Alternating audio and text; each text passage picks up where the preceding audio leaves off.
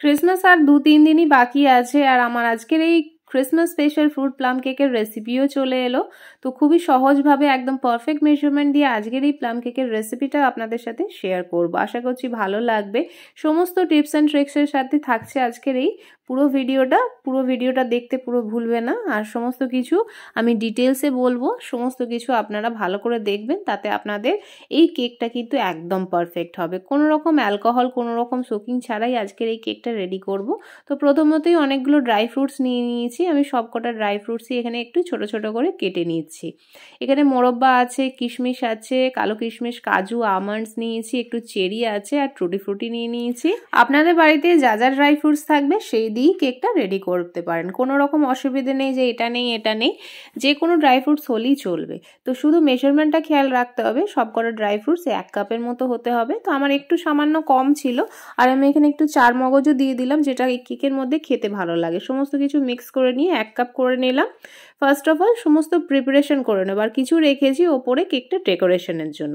তো আজকের কেকটা আমি একটু হেলদিভাবেই রেডি করব, কোনো রকম চিনি না, গুড় দিয়ে রেডি করব। তো ফার্স্টে চাকু দিয়ে কাটতে গিয়ে কি বলুন তো, কাটতে একটু অসুবিধেই হচ্ছিল। তো আমি ভাবলাম গ্রেটারটা দিয়েই গ্রেট করে নিই।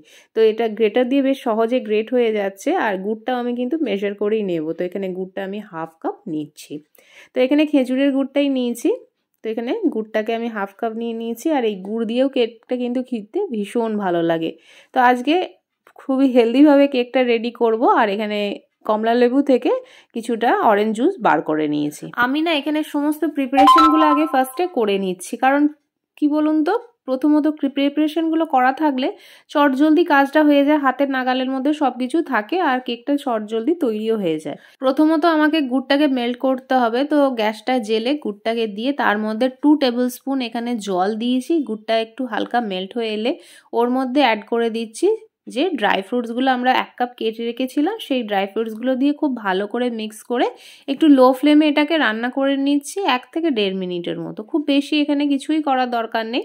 দিয়ে ফ্লেমটাকে অফ করে দিচ্ছি। এটা পুরোপুরি আমাদের ঠান্ডা করতে হবে। এর মাঝে আরও কিছু প্রিপারেশন করে নেব। একটা মিক্সিং জারের মধ্যে 2 টুকরো দারচিনি, 2টো লবঙ্গ, 2টো এলাচ আর 1 টেবিল চামচ এখানে চিনি দিয়ে এটাকে একটা ফাইন পাউডার রেডি করে নিলাম।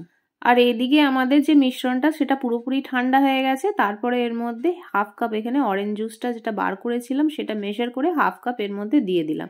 খুব ভালো করে মিক্স করে নিতে হবে। আর এটা খেয়াল রাখতে হবে মিশ্রণটা কিন্তু পুরোপুরি ঠান্ডা হওয়ার পরেই অরেঞ্জ জুসটা এতে দিতে হবে। ভালো করে মিক্স করে এটাকে 2-3 ঘন্টা আমি রেখে দিয়েছিলাম। আপনারা চাইলে ওটা ওভারনাইট সোক করে রাখতে পারেন। এবার কেক টিনটা রেডি করে নিতে হবে। তো ফার্স্ট কাজ হচ্ছে ভালো করে তেল দিয়ে গ্রিস করে নিচ্ছি।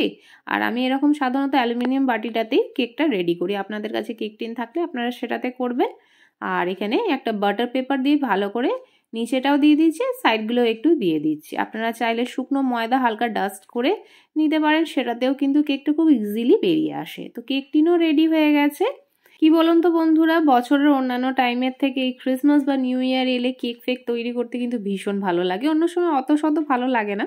এবার কি করছি, একটা বড় ডেচকি নিয়ে নিয়েছি যেটা অ্যাভেলেবেল স্পেস আছে। তার নিচে আমি একটু নুন দিয়ে দিলাম আর একটা স্ট্যান্ড রেখে হাই ফ্লেমে এটাকে প্রিহিট করতে দেবো 10 মিনিটের মতো। চলুন এবার কেকের ব্যাটারটা রেডি করে নিই। তো এখানে একটা বড় বোল নিয়ে নিয়েছি, তার মধ্যে এখানে 1/4 কাপ এখানে রিফাইন অয়েল নিয়েছি। আপনারা চাইলে বাটারটাকে মেল্ট করেও নিতে পারেন। এখানে দুধ নিয়ে নিয়েছি 1/4 কাপ আর ভ্যানিলা এসেন্স দিয়ে দিচ্ছি 1/2 টিস্পুন। সমস্ত কিছু খুব ভালো করে মিক্স করে নিতে হবে। এবার একটা ছাঁকনি নিয়েছি, সব কিছু এবার ছেঁকে ছেঁকে নিতে হবে। তো আজকের কেকটা আমি আটা দিয়ে তৈরি করব, যেটা হেলদি হবে। তো আপনারা চাইলে ময়দাটা ইউজ করতে পারেন। প্রথমে আটাটা আমি এখানে দিয়েছি 1 + 1/4 কাপ দিয়েছি। আর এখানে মিল্ক পাউডার দিয়েছি 1/4 কাপ।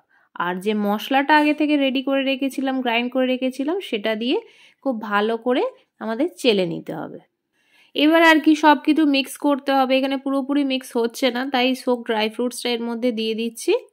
এবার সোক ড্রাই ফ্রুটসটা দিয়ে আমাদের ব্যাটারটাকে খুব ভালো করে মাখতে হবে, খুব ভালো করে মেখে নিতে হবে। আর এই ফ্রুট কেকটা খেতে কিন্তু এতটা টেস্টি হয়েছিল, আপনাদের না বললে মানে আপনারা না বাড়িতে তৈরি করলে বুঝতে পারবেন না, এত টেস্টি হয়েছিল। আর এই যে ফেস্টিভ মরশুমে এই টাইপের কেক খেতেও কিন্তু ভীষণ ভালো লাগে।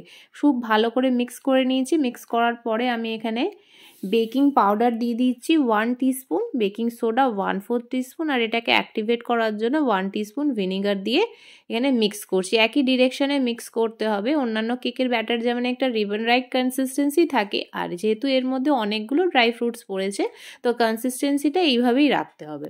তো এখানে ব্যাটারটা রেডি। এবার চটজলদি আমাদের ব্যাটারটাকে কেক মোল্ডের মধ্যে ট্রান্সফার করে দিয়ে এটাকে বেক করতে দিতে হবে। এই কাজটা বেকিং সোডা বেকিং পাউডার দেওয়ার পরে চটজলদি করতে হবে। তো এখানে একটা কেক টিনের মধ্যে আমি এটাকে ট্রান্সফার করে দিলাম, আর এটাকে ভালো করে একটু ট্যাপ করে নিতে হবে যাতে ভেতরে যদি কোনো এয়ার বাবলস থাকে সেটা ইজিলি রিলিজ হয়ে যায় আর কেকটা ইভেনলি বেক হয়। একটু হাতের সাহায্যে খুব ভালো করে ট্যাপ করতে হবে, একটুও নষ্ট করলে চলবে না। ভালো করে খুন্তিটাকে পুঁছে আমি এর মধ্যে দিয়ে দিলাম, ট্যাপ করে দিলাম। এবার নিজের পছন্দ মতো ড্রাই ফ্রুটস দিয়ে ওপরটা ডেকোরেট করে দিতে হবে। আমার সমস্ত টিপস অ্যান্ড ট্রিক্স যদি ফলো করে কেকটা রেডি করা হয় আপনাদের কেক কিন্তু একদম পারফেক্ট হবে। আর যে ড্রাই ফ্রুটসগুলো ওপরে সাজানো হলো সেইগুলো কিন্তু একদম নিচে চলে যাবে না, যেরকম দেয়া আছে সেরকমই কিন্তু বেক হবে। এবার আর কি কেক টিনটাকে কি ঢাকনাটাকে খুলে ওর মধ্যে প্লেস করে 1 ঘন্টা মতো বেক করে নিতে হবে মিডিয়াম ফ্লেমে। মাঝখানে আমি একটু টুটি ফুটি দিতে ওপরটা ডেকোরেট করতে ভুলে গেছিলাম, মাঝখানে খুলে একটু টুটি ফুটি দিয়ে দিয়েছি। তো 1 ঘন্টা পর আমি একটা নাইফ একটু ইনসার্ট করে দেখছি যে একদম সুন্দরভাবে পরিষ্কার বেরিয়েছে। যদি নাইফটা পরিষ্কার হয় তাহলে আপনাদের বুঝবেন যে কেকটা রেডি। আর যদি কিছু লেগে থাকে তাহলে আরেকটু হয়তো 10 মিনিট মতো বেক করলেই হয়ে যাবে। ফ্লেমটাকে অফ করে দিলাম। এবার এটাকে পুরোপুরি আমরা ঠান্ডা করে নেব। কালারটা দেখছেন এত সুন্দর এসেছে, আর খেতেও কিন্তু ভীষণ ভালো হয়েছিল। মানে আমি এই কেকটা এতটা ভালো হবে সেটা আশা করিনি, কিন্তু খুব সুন্দর হয়েছে। আর দেখুন বাটির মধ্যে একটুও কিছু লেগে নেই।